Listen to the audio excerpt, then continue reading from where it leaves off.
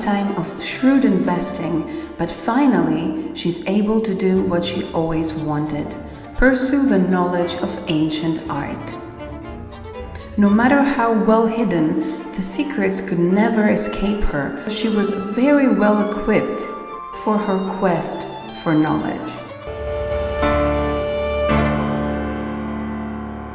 Hello guys, it's Eleni and welcome to another video of the Expedition Leader series.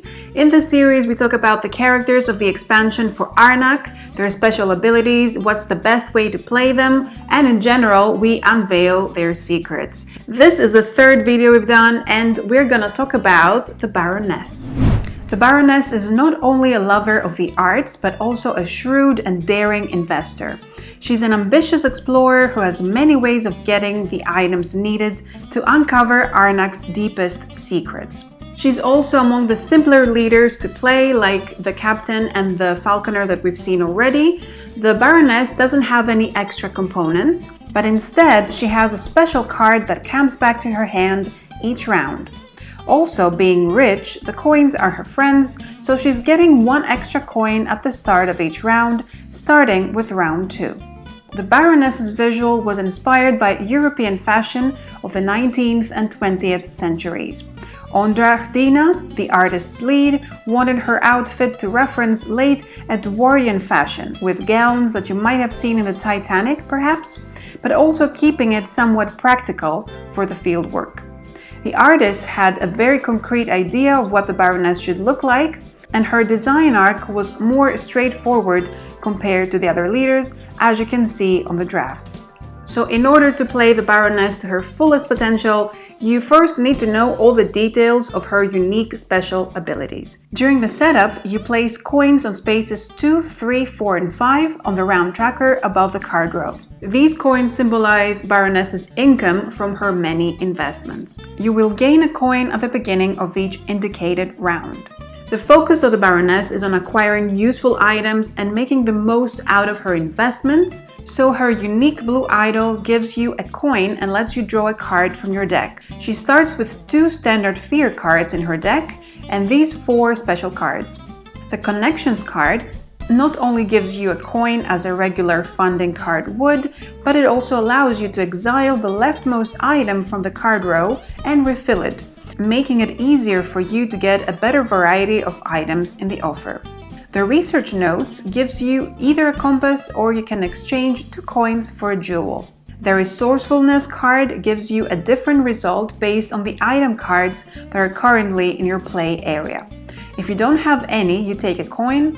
If you have 1 or 2, you can either take a coin or a compass, and with 3 or more, you may refresh one of your assistants or choose any of the 2 previous options. And we've got the Special Delivery. This card can be played on your turn when you buy an item or when you gain it by any other means.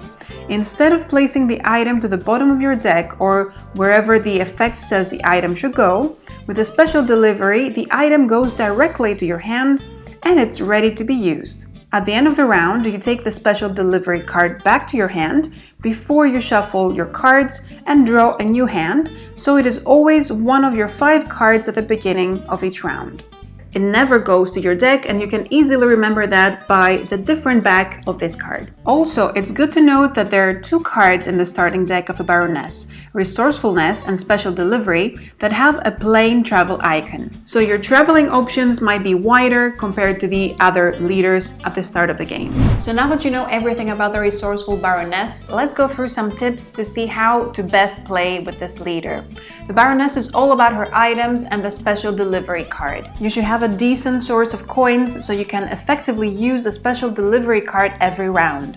It pairs very well with effects that allow you to gain a card with a discount, such as Fishing Rod, Ornate Hammer, or even the Airplane Level 1 location. A good source of coins is also essential so that without much of a compromise, you can use Research Notes for Jewel, allowing you to zoom up the research track. Also keep in mind that you will be essentially drawing only 4 cards, as the 5th one will be the Special Delivery. This means that you will probably benefit more from buying a few expensive cards rather than many cheaper ones. Effects that draw a card are also great for the Baroness. while you are able to gain many good cards, you will be cycling through them slower. Getting that one extra card can be very powerful for the Baroness, since she usually builds a deck of strong cards. And last but not least, you want to ideally gain your first golden assistant by round 3, so you can use resourcefulness for its assistant refresh effect multiple times throughout the game. And that's it for the Baroness. Feel free to share your tips and tricks on the comments. We'd love to know your experiences with the leaders so far and your strategies. And I'll see you next week when we talk about the Professor.